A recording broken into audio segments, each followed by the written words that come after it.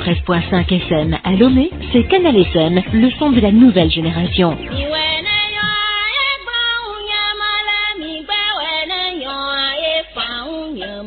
Niwe ninyo ilano sedodo ya jodao brandao yaoda kudo fidao sondo kusugari ka fufana gave kudo efan nyamelako milakpe dunya hetowo que nous hommes les yon et doit aller yingo do me doit aller ba agbeto les do stress tension quoi et les voix bon pouvoir y aller entendre raison un tout petit peu on est fait avancer nous virer na ko beseo memu ko yo po yo nyabe de seo meko ne ye yakwa bo matin finya vina wa amede mu yino a continue ko et tout basique ya muni pour me jipeo 2005 mairie et jole ministre en 10 heures de temps et trop nous chiens les de me filer constitution mais amede bon poids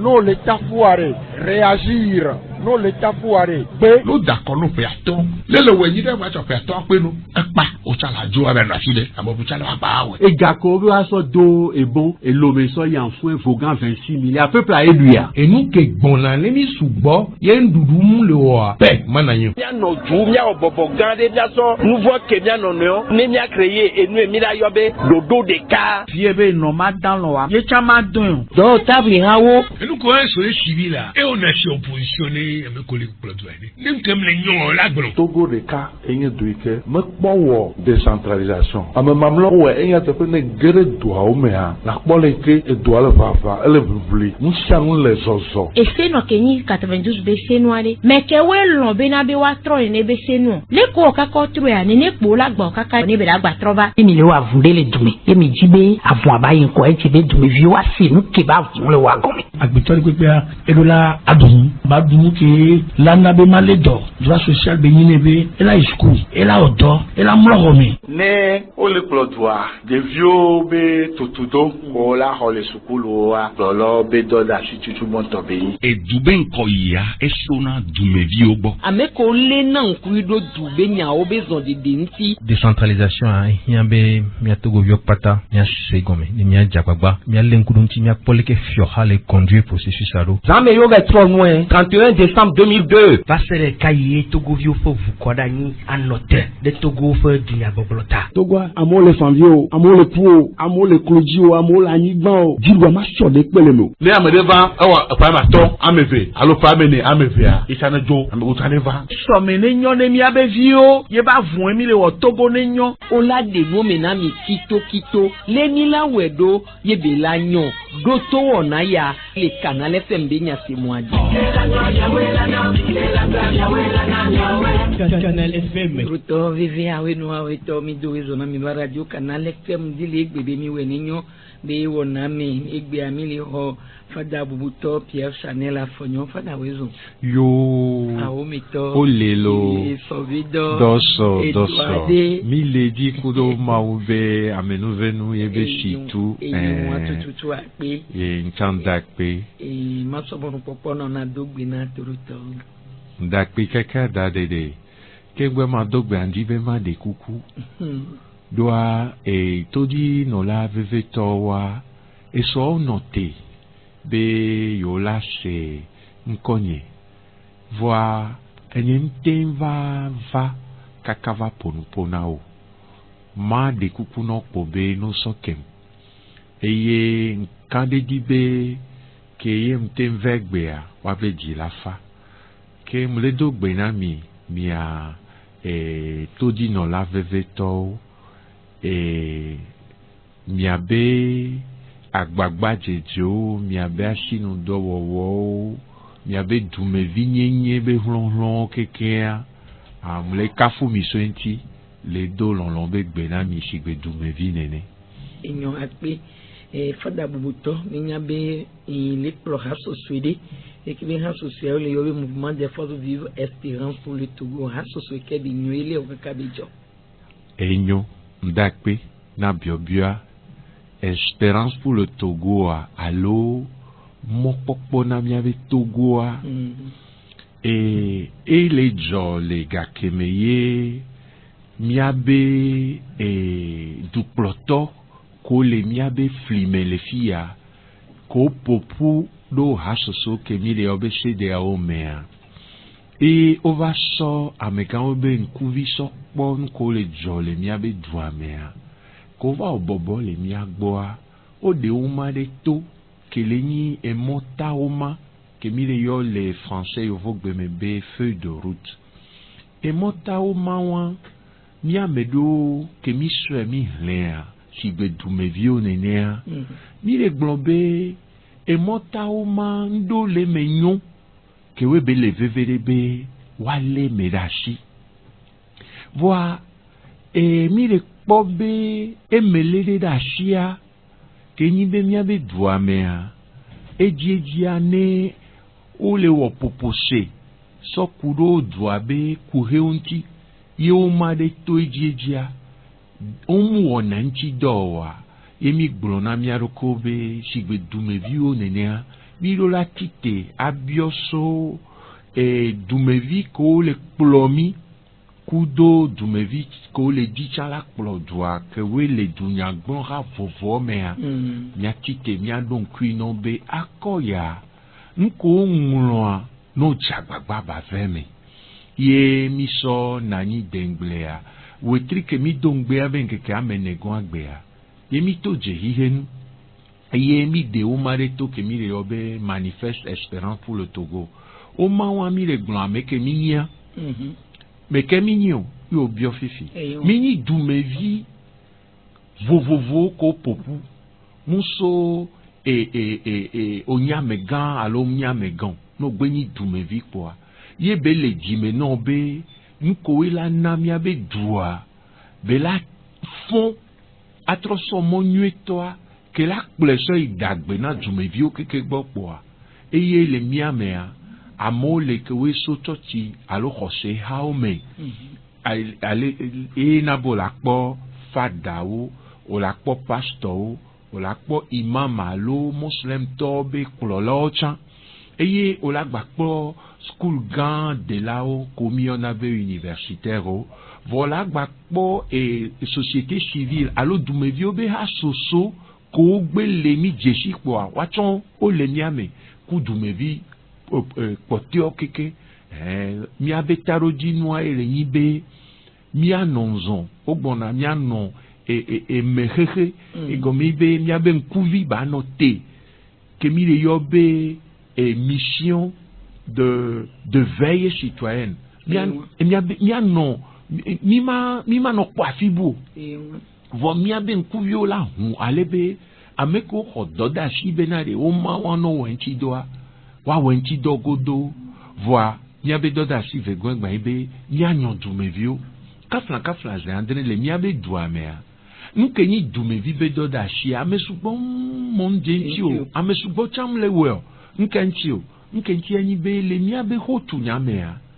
no la gbonya so kudo du mevi be jenantia zerika kpogbon abe odonu politique me eye gberegbe va yi ntocha o le na motuna no bio se ben ka o mo gbon abe donu politique me wa echi tamena amesugbo be e dumebe nya ondo la gbon no bonu po amekonto le kplodo ale ko la gbon wa gbon yen tie mi abe taroji no ibe mi ayi dumevi o gbo ato no be na le enwa mu so gbe kro no ni dumevi poa odo la gbon do abenya ye o chon la o to sinu ye doa la yin ko doa dumevi o patashi ye doa ben sele munya me ko le kula shin ado dumevi we na sha me ko le kula we je be nu yo no gendo mi atogo vi obe susu me kumia be jime le mi aso do me mini churchito mini school kokodelo mini school kokodelo mi le sanu yo mi la romeyo nu ondo la gendo mi ame ken boye mi ave du kwa la te deson akpe fada ro me di ata si anu keyo pobe do come viola te wa fodi de ke wala te wo fifi alebe nyabe do abatem deson nda pe kaka e nu tutu gbenyi be du mevio wa no nyabe du mevio ni be kafla je andre ma me gbono vi oni le doame e gome be jena be ni na o si gbe du mevi nene e ye ni abe se no ye gblebe na de du mevi nyenya jena be ni eye ne dzena wa su asi wa odonse eye dumeviwo kpata be ŋusẽ ko sɔ ƒona ƒua ye wosɔ tsana me akua me abe no kplɔ yo no wɔe nyuie ɖea dumeviwo la gbate gblɔ be mi yie dzi ɖoa mi wɔe nyuie ɖe no wɔe nyuie ɖoa dumeviwo la to nɔ be mi wɔe ɖe ke mi dzi o ŋutia mi va yi ŋgbe dome eye nuke dumeviwo la wɔ tutu gbenyi be ame sia ame ne nya bena ɖe edu ɖe kpem le yina ŋkɔ na ame ko nyi dumeviawoa wosɔ asi da tame ye wobɔ nu be ame kewo le politika alo ame kewo le dunyagblɔxɔ mea no wɔe wòakpɔa edu wɔm zɔna gbe ɖe o. Nka dɔda asi tutu gbenyi be le ame sia ame be dzitsinya me dumevi nyenyi ne ho le mía me eye míaba dan hã gblɔ nyawa na mi lo míaba dan hã le gblɔ be togovi va míatu togoa togolais vient bâtissant la cité donc míatɔ gbe kowoe esodua yo sɔ da ɖe na mi yo dua ya amewo ku le wa me woxɔ ablɔɖe na mia nkele wa be dzime nyi be dumevi de sia ɖe ne sɔ ebe ŋusẽ yebe nunya yebe nteƒe kpɔkpɔ nke be nyi nke le si ba sɔ va no sɔ tu dua ɖe ne dua eme ba nya nɔnɔ amewo ko le dua mea woakpɔ ŋutifafa eye dua ba nyi kpɔɖeŋu na du kpɔtɔewo ye na le míaba dan hã mea wole gblɔ na mi be mi ɖo la wɔ togoa ba nyi lord de l'humanité togoa ɖo la nyi sikakɔ na amegbetɔ ƒomea keke nuwɔwa mate ve me gbe ɖe ne dumevi suku nyɔnu wodzo yi gbe dome be we yen le dzi nyɔ lo we ɖo ƒona me lo we ɖo wuna me lo we awo ɖe dze na be nyi eye edze be nututu gbã ke dumevi ne do la wɔ egbea ne nya be ebe dze na wa ye do la tite ɖe ŋuti ye mate bɔ nu da ɖe adasi atame. Eve gbɔn nye ya be ne mi do dzesi do enene vɔa mia aɖoe mia ɖokuiwo dzi be mianɔ ƒuƒoƒo ɖewo me ke woe mi la te sɔn asɔ vli mia be dze na wo ta ɖoa ne wo ɖeka pɛ o la wɔ nua ŋunya na wɔwɔ miatɔgbo do lɔa xoxo be alɔ ɖe klɔna ɖe tututu wa miatɔgbo be nunya ɖe fiɔ be no dzesi be nyi dumevi kpɔa ahunku akpɔ be eke la te wɔ le ŋuti voa ne ele wɔ esigbe dumevi nene tsã yagba sɔ yebe eke le wɔa sɔ bɔ ɖo amebuwo tɔ ŋuti ne ba ƒoƒu ale be ne yewo ƒo nuƒo sigbe dumevi nenea ame kewo le kplɔ dua ko ame kewo tsɔ le dzi la kplɔa woaɖo na to yewo eye enutɔgɔa nyi be dumevi do la nɔ ŋzɔ be ye ma wɔ anyra agble ve duɔ ewa etsã le veve ɖe ɖoa ne mi sɔ mia be togoa kafla zandre anyrawɔwɔ nɔ mia be xotunya me sugbɔ eye keye seveziɛ alo ƒuƒoƒo ke yewo ɖe anyi be woasɔ kunu me sɔsɔ mia be edua be xotunya ŋutia wodo dzesi doe be anyrawɔwɔ nɔ anyi sugbɔ eye anyrawɔ ya la te na be dumevi la susu be ne le dzi ɖea yeɖo la wɔ agbanu ekuetɔ awo ele veve ɖe be mianya ame kewoe anyi ŋuti fafa dzi la o fo ke gbe dumevi la anyi ŋuti fafa dzi la edze be ame kewo le kplɔ dua kudo ame kewo ye dumeviwo sɔ ŋusẽ na be no kplɔ yewo wa womanɔ zã ŋusẽ ɖo dumeviwo dzi sigbe be kafla ze andre elã yewo nyi yewo la do na kponɔwo ene o eye womate de mɔ be woawu dumevi woagble asi le dumevi ŋuti woakɔ dumevi be hu ɖe o ɖoa miabe se nu agble be agbetɔ be agbea ele sacré asixɔxɔ gã ɖe la agbetɔ be agbe si ale gbegbe be ame ɖe ƒe ŋdɔsẽ la kasi nɔvia be agbe ŋuti o voa vɔnditɔtɔa mu le miabe dua me nene o kpɔa edzo na be dumevi ɖewo susui be anyrawɔwɔ ye kpo ye yewo te sɔ asɔ de zɔn mi le gblɔ be nutɔgɔa enyi be dumevi la wɔ dɔ ke ye ma nyi le anyrawɔwɔ me voa le susu dede ku edɔwɔwɔ edututu me. akpe ɖe kpe mu lo. mi ɖo wɔna ɖe le dza wɔ nyisɔ mɛmɛ la gbe wɔna ke ŋkume bi nyɔ. ndakpe dadele et les et somemera gbea do egbele ni fila et somemera gbea mi ya no tepe ke o yona be agora sengo et les paroisse université allo school koko de lobe et fada nopea et ye jenko collège Saint-Joseph et a mesubo de chifunwa wa mi ya no auditorium allo hogame et ye mi dibe mi a dengle sigbe et société civile allo dumevi que we omni politique wala allo dunya gbanrawo mi a dengle so mi ave douanti et tanya ke mi so darea il est et l'engagement de la société civile pour un Togo nouveau et donc y dumevi odo la wo nemi agenje Togo yeyeme eye ola pompo na mi nemi wo nu so gagni mea mi do funuvo gagni kufan mi la di mi abe dwa ba danha ke mi ona be hymne national eye muslim be ha metorika la huona na mi kudo bedodora ayo maun sekpatato be ne tusido mi abe gododo aji ne wevoa amekewe l'inconnant mouvement des forces vives espérance pour le Togo et hasoso abenkoa wa dometorika la ponupo na meha asodo jano asogbon kenchi mi pokuro le wayo mea America la denya mesoso et tanya keleni et devoir de s'engager d'audace que beni be asodoku ona na nu de wowo donc so sona ndakpe kaka ola de menami le won be gbe do me ameko kike va ola bionya fa doa ablode me media no la wowo na enya den le fia ola be we ne ngbolan fiare o ne ngbolan fiare ma no ho ame doa dumevi jena beni ne be ba manu ku no via ba desusu ne doa bengoyi ne wan va y voir mira bono me vire ne mi trovan ko na be panel a me vovo la no sigba ma tonene o la denu menami o so l'école a so do ko so na dututua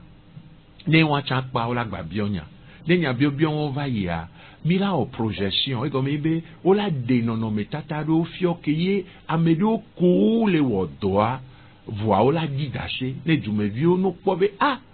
ame aleke ale weya kencha mateo e wancha yo mekwa mila wo débat général gombe e mira te trop bionya sonu si anunki mira wenu kudon ke mire yobe déclaration e gombe be mira glonya ne nyabe khotunya ne lenya wa dare be mia dumevi ko popuro mouvement des forces vives espérance pour le Togo mea mi glonya aleke dare sokuro duanti et ya meko le plodwa ameko chonjibe wa po e kumia dumevi okeke ku edubu ko le pero mianti alebe miabe dua ba to le haha ke mebelea wakpata wa shedare alebe wa te sue do ome ne dua benko yi nke mi jawo la gora sengo soa yewa mi pe amesiame fe tutum le nchio mi ya ba tu fun tike peple be nyare pe nlo o chano dibe atuju akwava na va senya ne gamensu ogba bi o nyare pe o chan la se eye nke mi gba le die yin be amesugbo ne do mi abe pupopo ame ale be ne mi le pompo le dua be nko me a amongba no bi mi sebe me ka be nko me mi le pompo le no wa nya be nyawo amea kwa amea hasosoya ku hasosoya o le mi amenyanya o ye nke mi le glon ye di edukwa dashiro enyo fada apelo nu medidi ata le gbebe nke kimi ade hasoso vovo ne we mi la tin pole le kebe hasoso ya me e hasoso vovo ko gero mi ame ne mi so mi abe gegero ha mea o le wenyi wenyi wa kosira ke va ya meye doa le miabe do me amero chon le wa we pona secrétariat lo e o ma be nyogbo amewo wa wo so dona be wa no ho adhésion donc considère que va y atom le gbon ya eye ha me vi gbaro ko do mi amea kewe o ŋlɔ wo ma sɔdo miamea ele kɔsira ke va yi amea o le gblɔ be mi le sigbe 250 onyi hamevi gbalo gɔme be o la hasoso tsɔ la te do miame hamevi gbalo le do pe fifi nyi ŋutɔ nene tsama no die fia o la xɔ wo ma o la ŋlɔe vɔ nke mi gblɔ nyi be o ma pudu ko ava do miame o kafra mi nde mi le dzi fu la alo ame ha kpo mi le di be ame ko la geno miamea o se egome eye o sɔ gbebe wa wɔ dɔ do ale miagbɔ kafla ze andre ega fitifiti ɖe le afi ɖe wodzava ma na ame ɖe be ne ɖu boŋua nuko keke mi le wɔ ya mi le dzɔga ye kafla na ame ɖe kpe ɖo mia ŋuti ye eke miɔtsa mi la wɔ sigbe dumevi nenea wa etse ame ɖe ma ƒu du va doa ebe susu enyi be ta nyɔ zã ɖe ya efia ela te kpɔ dudu ɖe me dudu ke la to le mea enyi be edua ne tsite ne dumeviwo no kpɔ hlo wa nu si wa kpɔ gbɔngbɔn ɖevi ɖe le doa ɖe wa kplɔe kɔdzi wa te kpɔe gbɔ ɖevi ɖe ma gba na anyi enu ma ɖu ŋuti aba zu dɔnɔ ɖeviwo ɖe la yi skul ɖe afi ɖea wobe ya wo sugbɔ wu nu eya ne va nɔ axome nɔvia ne yi nuku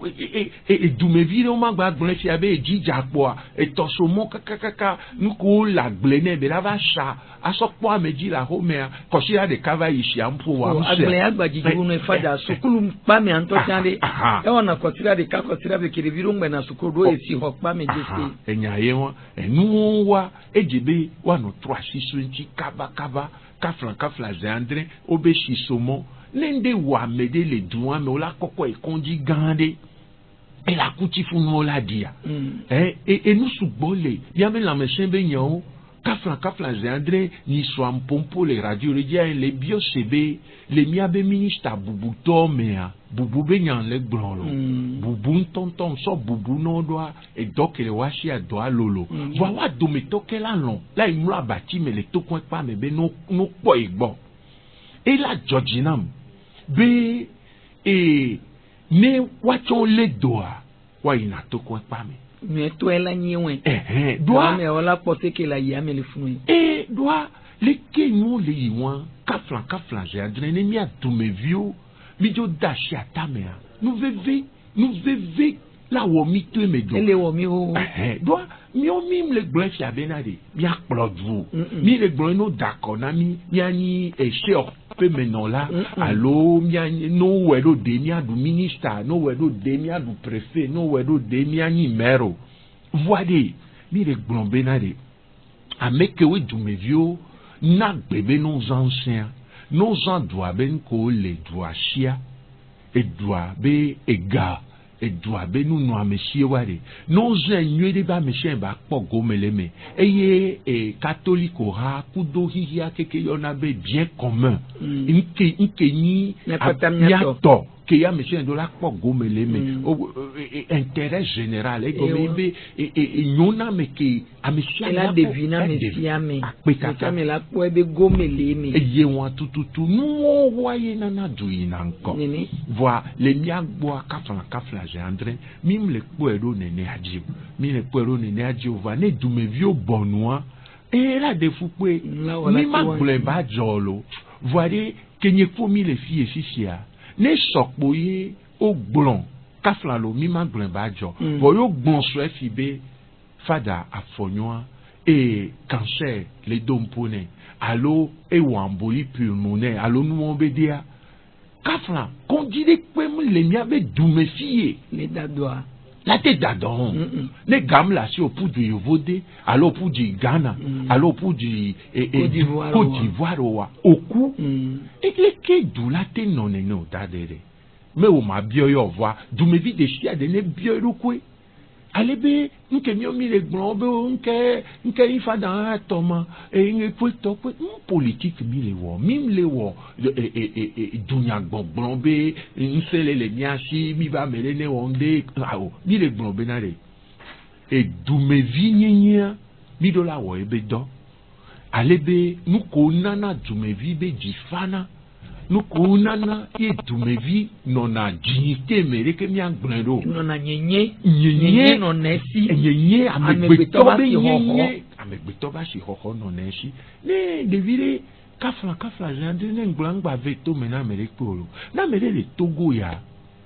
ye ne dro ya wetro me kwa hu na champagne na ye be ngro bebe de video lia togba be shia alo tosasra yo kunanuna ne ba mea ele hu fipode ba gboro ba gbeji mule se menene o je benare e shika mesia me la te nu male do wa ne so mesia mesi mi abe kopo me amenene si e shikola nu ye ma hedo lelevo amenene si besu amene edugan me nto chari wa konta si ni wa to dia konta re to ni so ya ba ye beno so ami alo fari kale to gwa blaton vondo pole posi ale nu ame potiode avec potio e shikole nu kafan kopilo melea ne ku die fia ye to sasran gbale owa aw e meta gbogbo de ba zon yo so na ve jinati do me la nu chaniya lele ami magbran aw kakaba danu kudu ya e doka e jebenu wade a shitro ne noenti ye ne mi le gbran wa dichinya kele miamea kunke maudoro amegbeto ba gbenchi ameye won maudoro amegbeto be kafla grande e shike bela nu achama pola no we la nyigban me e shi la nyigban to gobe do peke pona sibe nyo gwa wan to gbon be sike la nyigban me a no wo enchi do ai la so amesia me bela nu ti kokwe vanu ko la so wo yi amesia me la nu kule ko la wo edua eye le nyikuhe ni so de ko ma to kwasire amepoe et donc edukoko les ogbe gandi sigba Arabie Saoudite kwa fibuwa amole nusi kokwe vo wade shia kakafike bele kufiko usone soa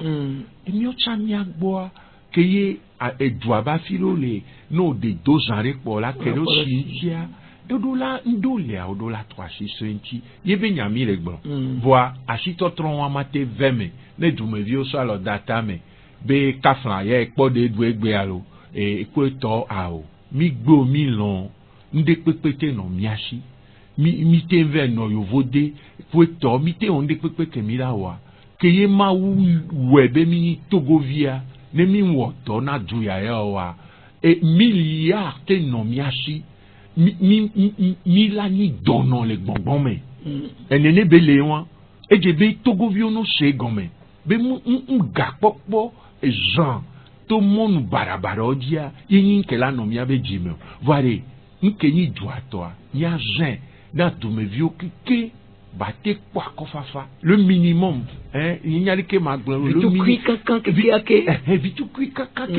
ke nanabe, amegbeto, kafla on ma tresh, be ni lan nene owa. E $1 soit la mabadwa si ho wa gbeto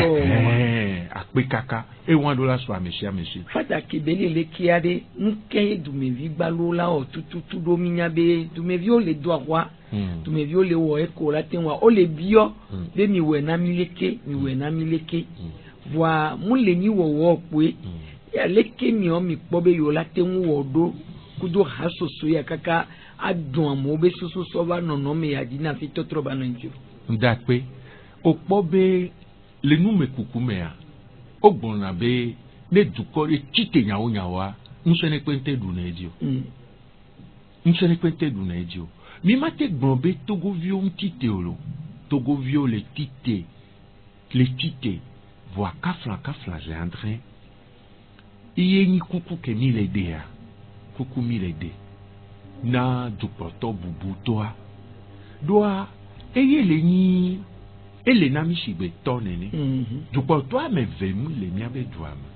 yen tie mi o mi le de kuku ne benare le wero de le podem mebe mi abe gbadagbo ware sigbeleke sede a obe o ma gbule a feuille de route alo monzon o ma gbule a monzon o ma benare no wo wa be do avec professionnalisme ola wo doa ke yenchi la ko sigbe ameko ho soja be tuturo nyere nene mi abe tu protoire lon ke chando na duya ku du me vioware de dossier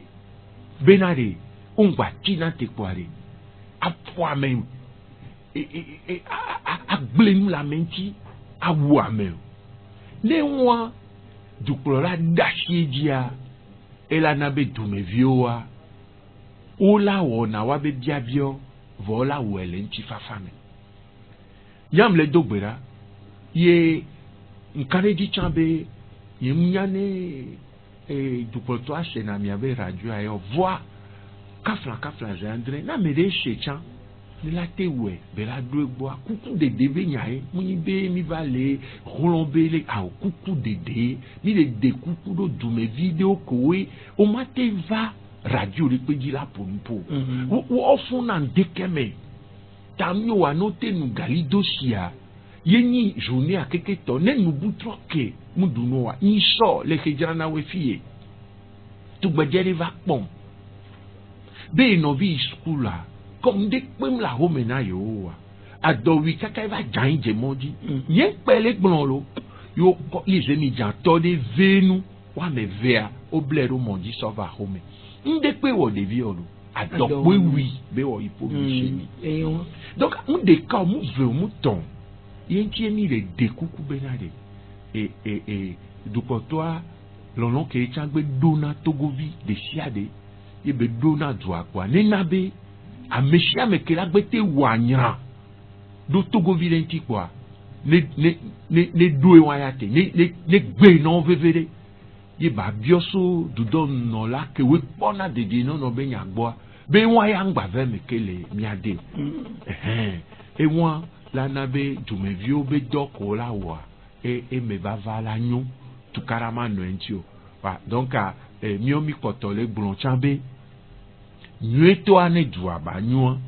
yenyi be tro vovo ko nya edo kuro seonti edo kura kodada be seonti edo kudo nya blon institution alo do pe vovo ko we le dua sintiare miomi le blon le espérance pour le Togo be to kuku de deme voa mi le gblin ku kankan le di do mi kan le di be ni dume bi o be jijia be nale be mi de kuku ganre are no wa si tro ke ngba wa no gblan koda da be nya mba so podem de ba nya ne podem nyu be nyi olo vo ma gblin le ke ne tigbe amezo équipe alo hasoso ameve oja dogo efi ala pobola nenyi bia football o la poa liko pona football doa ne sheke polonia e shiamule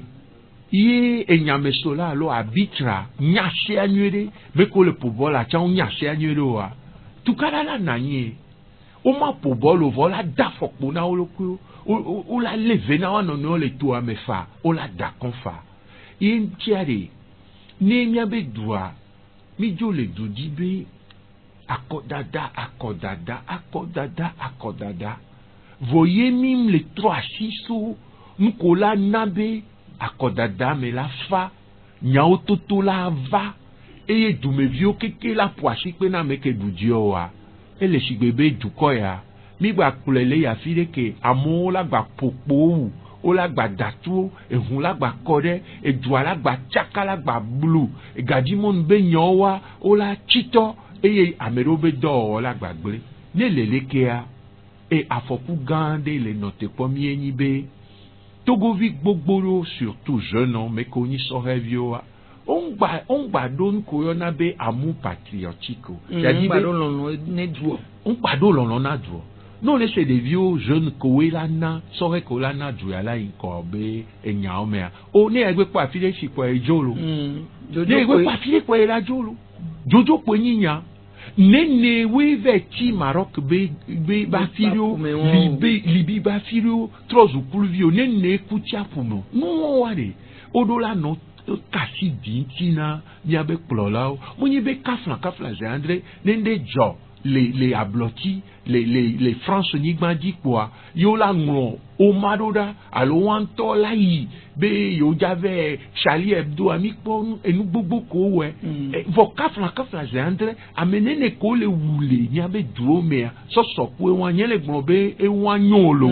voilà ke pouye o se na vevene won wa o do la se na vevene mi ade to achendo alo ke mi nyame ibo ayo wa bia do agbe ade kapu o nya me bo ni yovu jena de quel mi achie de que on ende jola filia Africa be du plolo nya de du plolo China jojo voit les one toi be du me o la demo be wa gble nous la me ba gbe nchi o no la pa wa me da si vevere ape ifo dale nu me de yo ke me fifia o le o yo na du kloto abini ba po me ko no na kaki me omni vina yo vodo na wuri kan kume afo pare kan kume kukube kan kume mi na be na fufu sojo mi ato soja o ni wate won ado alote ni ntatinu o do du come bi onti wa mi ba do ejesi be le te pedo wa o de na wada na de ke onyo na gbalo mi se me gbalo ni o ma nya be soja be yin ke gbe amedo chon nya me gbalo mu ni sojo wa wachan opo na me o na mo mi po le du me le fi o gba ti egon mi tota e gbajo le kara yin sojo da ke wa ya gbe o gba to ni be no mi won oji ba mi won to ngbe are wa o mu ni sojo le ko la gbon e wa to aro enyo ameko ni du me vi o ni sojo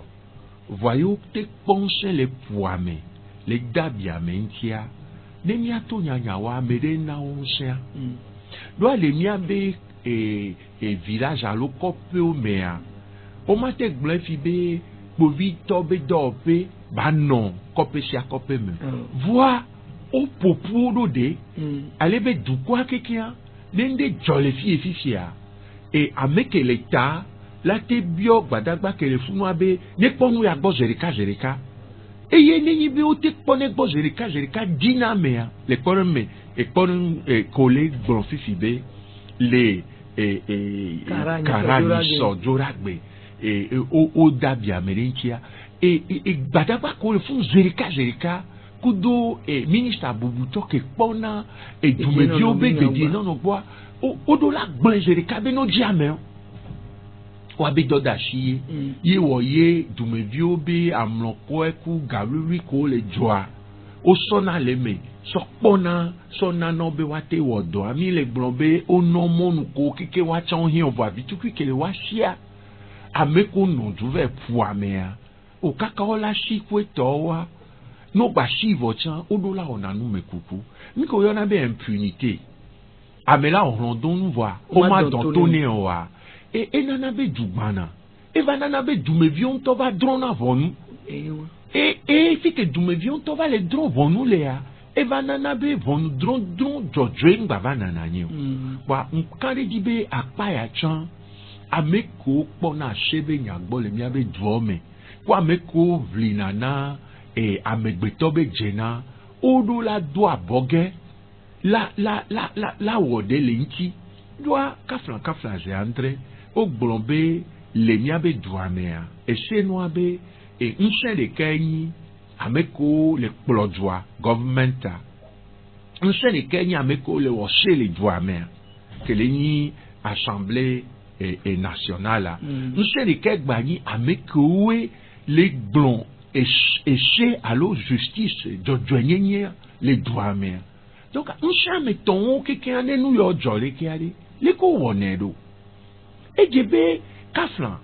o podume vire wa se o fe menolowa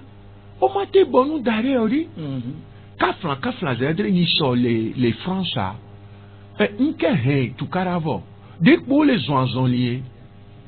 ye Amérique wona dokudo et président France toi et pour amegbalo kwe nzantu msande kwe vo enyawa ise ohome no robe udo la shigome nkenchi ola kashi dumevi que les on le dume antio va mi agbone no adwa me ko nyi mi abe député oye mission sena be wa wo sebe nyawa wa no mi abe tepe ongranya rekwo et le dudo mea nendo joye nwanyi londonu lekea et me ko le obe jujo e go be me ko odola o vivlina et jenawa odola sokojua wanto jenanko sona nyado ameke jeshi onto chanti no ba mi asoto sezi ti fa asoto sezi ogwa mu jopo wa nya nu le mi o cha mi agbo wa est-ce que nka wo yo mate gbonene o nu wa idola no veme o ma gbon po vera comme du ploto amwewa comme government amwewa et pouvoir lo nse vekotio ya nke wo le wo Voilà, les sétis nous touchons, nous sommes les Wadoko si des sia de la no et bido. Wafada, les Togo au quoi nous sommes les Wadoko sia. Ya nyemuni mekete nemi million kuido ale ki do wale yidua. Aha. Ono mi pode ke do ale yidua. Ke ye nyema gben fi be ndunu me kukure nko yo na be preuve scientifique wa. Vo nko le jo ke Américain le pompo wa et les défis si bébé et vovototo kwa blode menono mu le pouvoir à l'once vovoncio mi ke mi le point vo mi le globé ke mi ko enenia mi onu me kuku ko yo na be enquête scientifique fifio voi ke mi le gblea l'Amérique po be mi le nene wa npo jago e yedo la jagbagba fifi la onu me kuku la so globé o enya afada gbronyi sole e modia mto nyanya o yene gbegble na nya kwa ma de kuku na du kwa doa lekem le kwe doa yem le gbron voi munyi be spécialiste alo nu me kutom ni so mantio o ka o le gbron be amewon kewe o munyi so jovo wa chon le gble nu be mayi Claudie le doko nyeme ni ma de kuku na mewon be o gba no nene be nu o le gble wa ba gbe me no ni amegbeto poye kunu o dono vi obe kuare o tuna ibe fe po la ti ma glomada e o tuna ibe fe po e jare American gba no ble o American gba Sunday no wa yo American gba jaha no wa nu American gba so 10,000 francs no alo 5,000 alo kotoko aton inde no American gba don gbe vlode no ne wa no kashi amegbeto ba gbe nti o enyi madamada ele catholique be shiome ele Bremen be shiome ele Muslim to be sheme ele ni abe dekonome yena no wa me ogbon bo gblasi odonron ale gbegbebe neni be kafla jandre eveme le manya me ya konuko na sokko klo na me antia elevo vani be ame adune po onea oyo na nkobune eyele mi atogbo be ho mo ameke nana ipo wu na me nemunya zeto ko de na joa duanto ameka ho nana nyi so nchi oka mi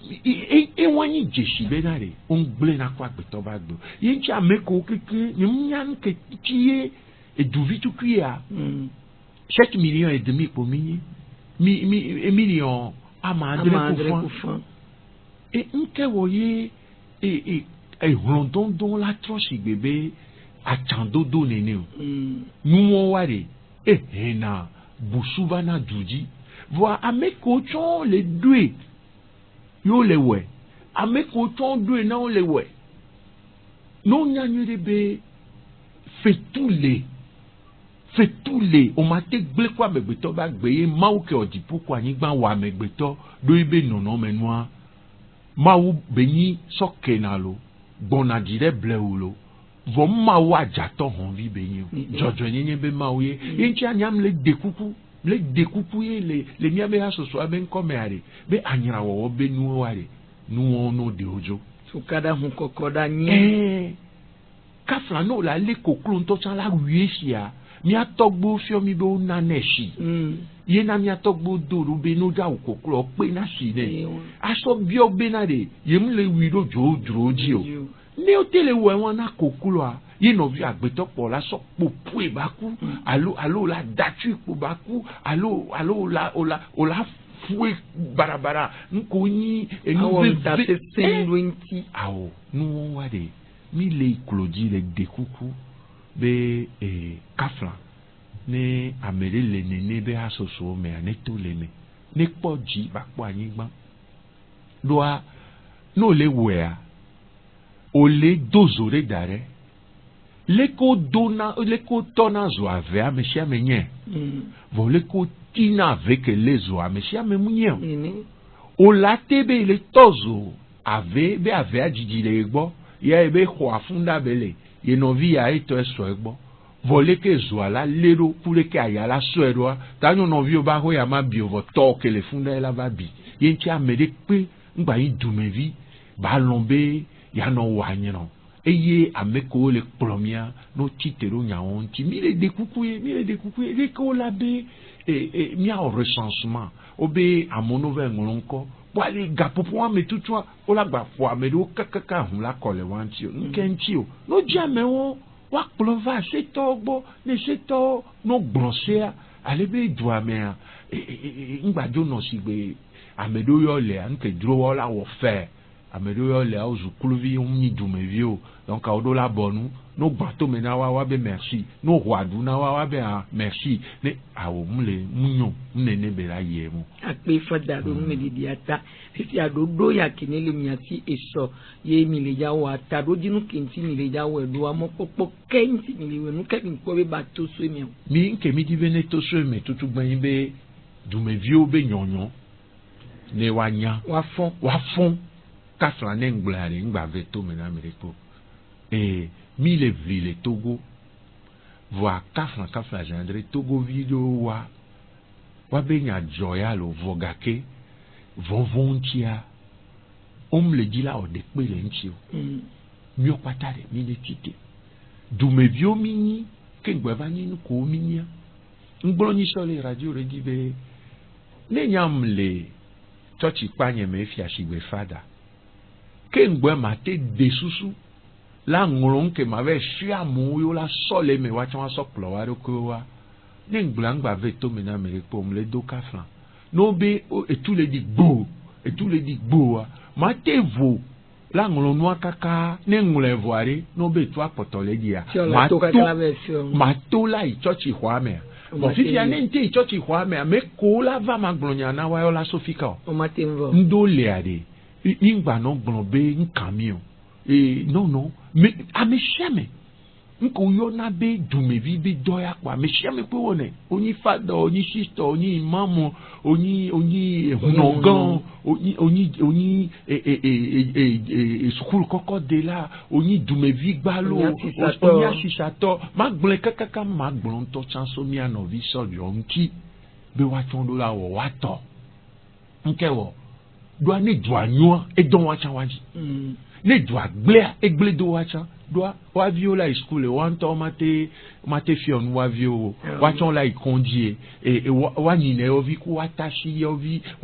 ku nuwo kekea wa tsɔ le dua me donc mi di kpo be tutugba dumeviwo no fɔn evegua mi di be nke miɔ mi susu si gbe dumevi nene sɔku ɖo ŋkɔŋɔŋlɔ akɔdada be nyawo ŋutia miagblɔe eye etɔngɔa woma ke wosɔ na mi ke ɖe nyi feu de route alo mɔ zɔzɔa nuko le me nyi nyawo matrɔ ke yewo gblɔ na mi be miawɔa mi di be miatrɔ sɔ ɖo ŋkume na dukplɔlɔ asɔ ɖo ŋkume na dumeviwo asɔ ɖo ŋkume na sedeawo asɔ ɖo ŋkume na duko nye Togo dua be xɔlɔwo keke agblɔ nɔ be leke mi le kpɔ azɔli zɔzɔa ɖo wa mi le kpɔe be ŋdava dɔn dumeviwo dzi o voa mi ma bɔnu ne ebe gbava nyi ɖo bua ke ŋgbe mi la ƒo nu ƒo doa le mia be dua me ŋde le trɔ si gbe kafla zandre dɔlele nene ye nyi be ŋkɔ mi la yakɔdaƒe ke wo de résultat alo eme so nuwo toa edua va dumevi ɖo la be le nene o wo la dze mɔ dzi dumevi buwo no ma ƒo wo la datu wo la le do le wa mi sɔ ɖo gakpa mi wo la wɔ nene glamaglama kaka kpoa wo la gbava be wa wɔ popose no gba wɔ poposea kakakaka yo de wo ma ɖe to kpoa wo la gba sɔ wo ma da ɖe kakaka nubu kpoe la gba dzɔ miɔ mi le gblɔ bena ɖe mia dumeviwo mi ne do abɔge ale be le yaya mea ɖe nke sedea wo va gblɔ da ɖea no wɔ ɖo dzi sedea wo ŋdza va ɖɔli dumeviwo enyawo nua me ɖo la kɔ na togotɔwo lo na me ɖe susu be ablɔtsi yovu de la va wɔ ŋde na mi edukpɔtɔwo yɔm le ɖo problème woatsɔ le ɖoe donc mia dumeviwo miawoe ɖo la blago iye ke ŋgbɔe wo be no kɔkɔe ɖo kro dzia ne mi bɔ nu be o sedea ŋutɔ la va wɔ eya Union européenne ŋutɔ la va wɔ eya ewa oyɔnɛ be illusion do adu ɖe kpe ŋdza tsi ke fi kpoa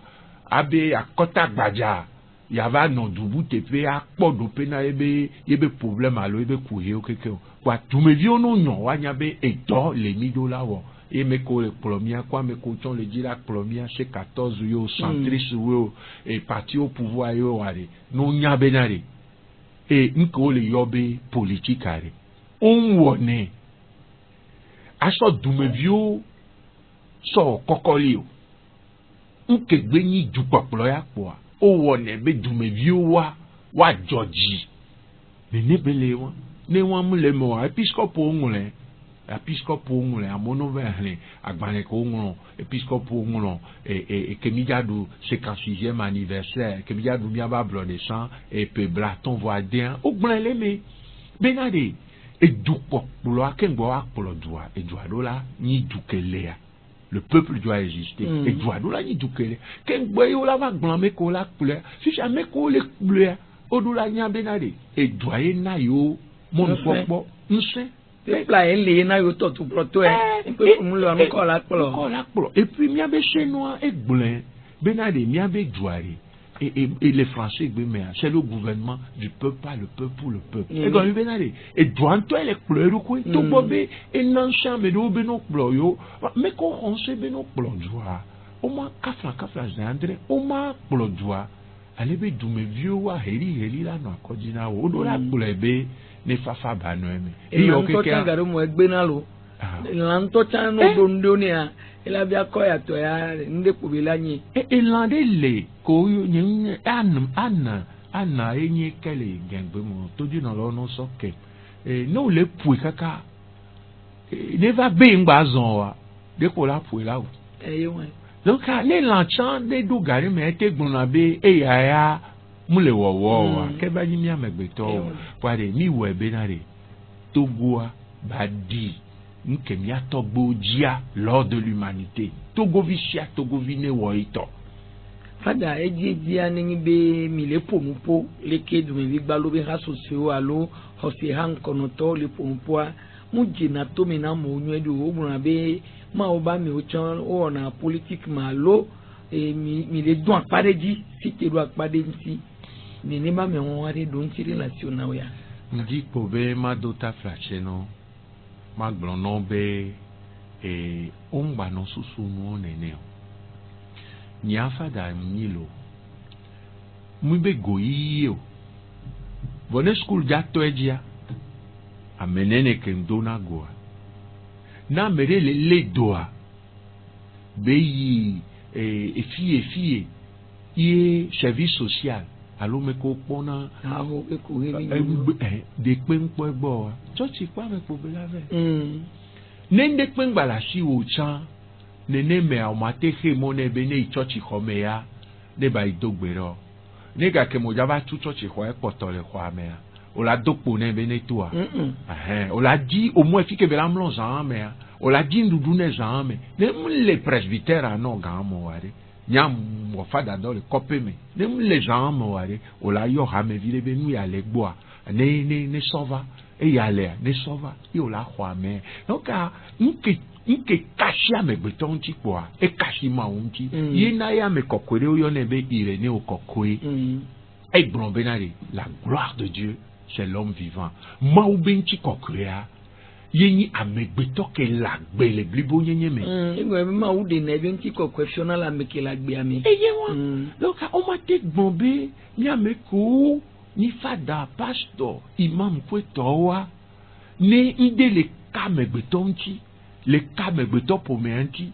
ke nye afɔku be nua mi la bɔ nua be o be miɔ ya nyawa ŋka mi o yɔ leke nyawa ŋka mi o ame kewoe mi le gblɔ mawu nyana mia viwoe adzitɔ kɔ adzinɔ ke nananyi yo gbana to be na via kpɔ ela nɔ gblɔ be o to be ke mi ƒo na vi nye wa mɔ ne kpe na nye o adzitɔ kɔ adzinɔ ke ne via be nyagbagble tia la da kɔn ya kpɔ ye adzitɔ kɔ adzinɔ ke wɔ ne o ne mi nyi tɔ na mia viwo le gbɔgbɔ me ye mi nyi nɔ nyawoa mi ma te nɔ gblɔ be dumeviwo le dangma dumeviwo la redada mea le doya ŋka mi o de mu do ta flatse lo ame ko tam nyo nyi fada onyi pastor onyi nye mu nyo prophète ku nɔviɔ ke we ega ke hameviwo la va dzɔ le subo me ekwenyi wa be susua o le tramo notre dime o le tramo et le be amekele gloma o benya yengbe ma o nyanto glombe ataro aji be la dunule voire du me vio ba he dada ne mi so de pele me ye nyato pin be no so garo da mia nke la va joini be ameko le lodzu abe gacha meko le fincha meko le wu amechan so le po wa ton la lo evanami mi la khoelo nkade jibe mi magbe o mi la khoelo voa nkoma u ke mi le subo abe comme tio amongba pona ma obenchi kokwe be matenyi ma usubora e ma obenchi kokwe a makao eye ma obenchi kokwe ane ka opo agbeto be asihoho la nonku jino la no tame no ale bebebe ne o kasi amegbeto nti po o la nde la be ye nti o kasi o la seveve le ko mo la do po alondondo fada mi dakpe ni aba tin kankan wa do nu ne yoyo de le yo la ona me ko le se mi abe nko egbe kudo iso be godo anti ade nyan ko la gbo ndibe kengwa ma oyoyo na wa ma dakpe na ma dakpe na mi abe radio a doa ne miochan agbagba ko mi le jia o sugbo ma do ape doa ne mi mle o wa mi ma te pompo na du ko achon ape na mi je nko oyoyo kengibe ma wa enyibe amesiame kese nkonya ejane gba yo amere ne so ami adogo la gora o e Charles que le funu 500 place ye be khona voa ne mi gba ucha mi la wedo de kaka mi la no afile la se enyakole ale benemi obobo won pa voire mi agba ten des ans do mi abedo do enyibe ne mi pa bobo won voa mi ava yi région alon tome ale kanya ifunu enya ke mi le kankan ntitere juna no hare penchio ntitere du plola de nchio enyi nke la nabe dume la nyo la fa la swa meshi kwa mi le note po mi ato keke eso gani me howa nova ne mi wo ne amere mate na ikaka gave o chan e chan ne va wo ke bate wa ba poetepe ba senyare kare e bate jo fa mi nzia meji o va meko si gamelea so gani kaka na gave surtout so here do no gwen fi ba stone jump alors pour so me haya o la ko so we ozan o la drowe aduwe awon no wa e yo wa ne sohom le sole me le plan de quoi et doit la va vovo la va photo doa wawe jack plot doa soke wawe ni doa be so mi to veve awe no aho to mi jack pe na be mi no kudo mi le egbe be mi we ne nyon be ona mi fada bubu top ya Chanel afonyo eye mi ho ki won force view experience pour le Togo be mouvement odo ona gane le yawo le agora sengo so ki won du comme vio be nyonyon afon abejitinya afon me wano nuzo wano muhikia eyinti ole kebe ona yo patado nyam to na Teresa de masonya hunlede kiki sosa ekrom le modando obe akpaji shiroda kuta lanabe wona ya mi la trust le 3w.canalfm.com di bye mi wena yo egba unyamala mi gba wena yo efa unyamala niwe ninyo ilano sedodo ya jodao brandao yaoda kudo fidao sondo kusugare kakufana gave kudo efa nyamelako milakpe dunya hetowo mi ochare one yo mi le dutaba gbeto yin amedo biola sebe egbo le Togo ya mema e do fe Togo duka keken le ba no mon popo mi awebe nsiama na America ko vasimo ne l'America vasimo imman kuma tekpo tefo kankan